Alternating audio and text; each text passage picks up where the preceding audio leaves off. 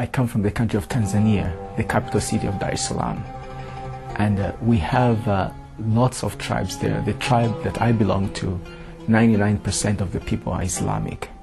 As a Muslim, I felt that we're like a chosen people, very unique, a chosen people. And I grew up in a very religious family. I went to an Islamic school when I was a small kid. I helped my father in some Islamic duties, like to help with prayer and things that needed to be done in the mosque. My father himself is a great leader within the Muslim community. He's a Sheikh, and then I have uncles, I have brothers that are Islamic clerics. So I kind of grew up in that environment, and my understanding of Islam was that Islam was everything to us, to me. So I had that passion, I had that hunger for the truth as a Muslim. And as I was searching for truth, I came across Christians. The Christians in my country, they have a special program to reach out to the Islamic community. And one of the strategies they use is to befriend the Muslims. And they get to know them on a personal level. And then they befriend them, and at some point, they share the gospel of Jesus Christ. So this Christian friend wanted to know something about my religion. And he actually came to the mosque with me on a Friday afternoon. And I invited him to the mosque, and we said the prayer together. Even though I wasn't sure why he was interested, but he came to our mosque and he listened to my father, give a speech that particular evening. And then after that, nothing happened. Our friendship continued for a long time. And after a couple months, he invited me to church. He said, "Would you like to come and join us?" And based on our friendship and my curiosity about other religions and my passion to know the truth, I accepted. I said, "Sure, I will come." But deep inside my heart, I knew that I was just doing that because I wanted to know what's going on, but I wasn't going to change my religion. So we went to church, and it was a different experience for me because I've never been to church before. The message of the preacher that day was about God's covenant. And he said that, the God of the Bible is a God of covenants. He makes covenant with his people. You read throughout the Old Testament, the New Testament, he has made all kinds of covenants. And then this is interesting because he gave this example, and he said, for instance, you go to your neighbor's friend, your neighbor's house, and you decide to work for him. You sweep his house, you mop his floor, or you do anything good. Your neighbor will be very happy if you do something like that. But at the end of the day, if you ask him to pay you money for what you have done, he or she has the right to say no or yes based on the covenant. If there was no covenant that was made, they can say no. So in other words, your works are in vain. So he kind of related that to how important covenants are with God. And without that covenant, it doesn't matter what you do in life. You'll be the best person, help the poor, but at the end of the day, God is going to reject you. And in the last days, he has made a covenant for all humans through the person of Jesus Christ. What strikes me most is that I heard God explained in a way I've never heard before in my life.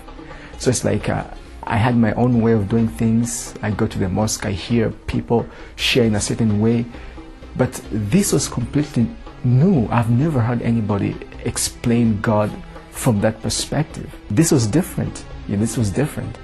And so I was curious, and that's why my friend came in. He was waiting for me to reach that point so that he can share with me the gospel.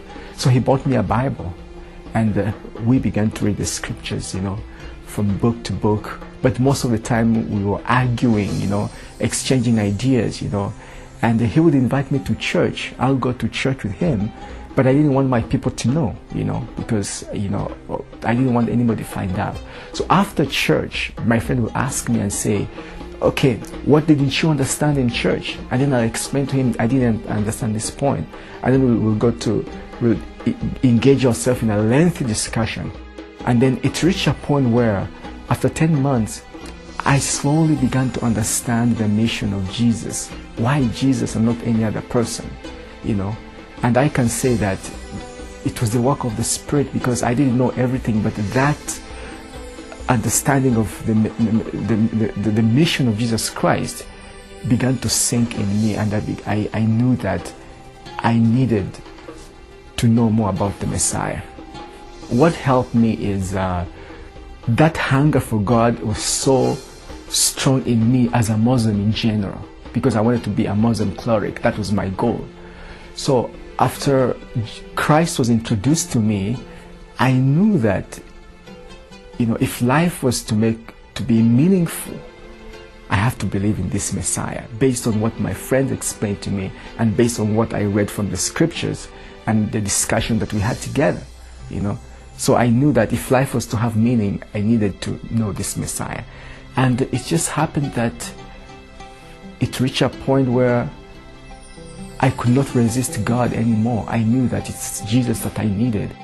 I went to his church again. And after the service, the preacher made an invitation. I raised up my hand, and they prayed for me, and I gave my life to Jesus Christ. That decision changed my life in a sense that I used to make such a big deal out of religion. I did not understand the difference between God as God the Creator and religion as a group of people trying to find God. And before I was taught that God is so big and He's out there, and I pray, I do all kinds of good things, but at the end of the day we'll see what happens, because that assurance is not there. When I became a Christian, I felt connected with my Creator. I can pray to Him, I can talk to Him, the connection is there. When I speak to Muslims, I will try to help them understand the difference between God and religion. There is a difference, because I think that's where the confusion comes. Most of the times we talk about our religions, and we have all kinds of discussions that lead to nowhere. But I want them to see that there is a God who created the universe, created everything, and is interested in each one of us. And it does not matter what religious background you come from, what social status you come from, or whether you are rich or poor. He is interested in you, and He wants to make a difference in your life. And a good passage from the Bible that I will share is the Sermon on the Mount. I think it's a good place to start. The Sermon on the Mount, when Jesus Christ was talking, blessed are those who are pure in heart, blessed are those who hunger and thirst for righteousness, for they shall be filled. I think that's powerful, and it matches with the mindset of most Muslims. They should accept Jesus Christ as Lord and Savior, and He's the only one who can change their life, because I think first I'm going to help them understand first who Jesus is. If you just see Jesus Christ as a carpenter's son and just some guy who lives in a neighborhood, then they shouldn't. But if you see Jesus more than a prophet, I think that's a good starting point. And that's what made a difference in me, because I looked at Jesus Christ just as a person, so He didn't make any difference to me. But if we understand who Jesus is, then it shouldn't be a difficult thing to accept Him as Lord and Savior, because once we understand who He is, then we are all going to need Him. I know that I am not a unique situation. What God did to me, He can do it to anybody. And my prayer is that they'll also see the truth, they'll see the light.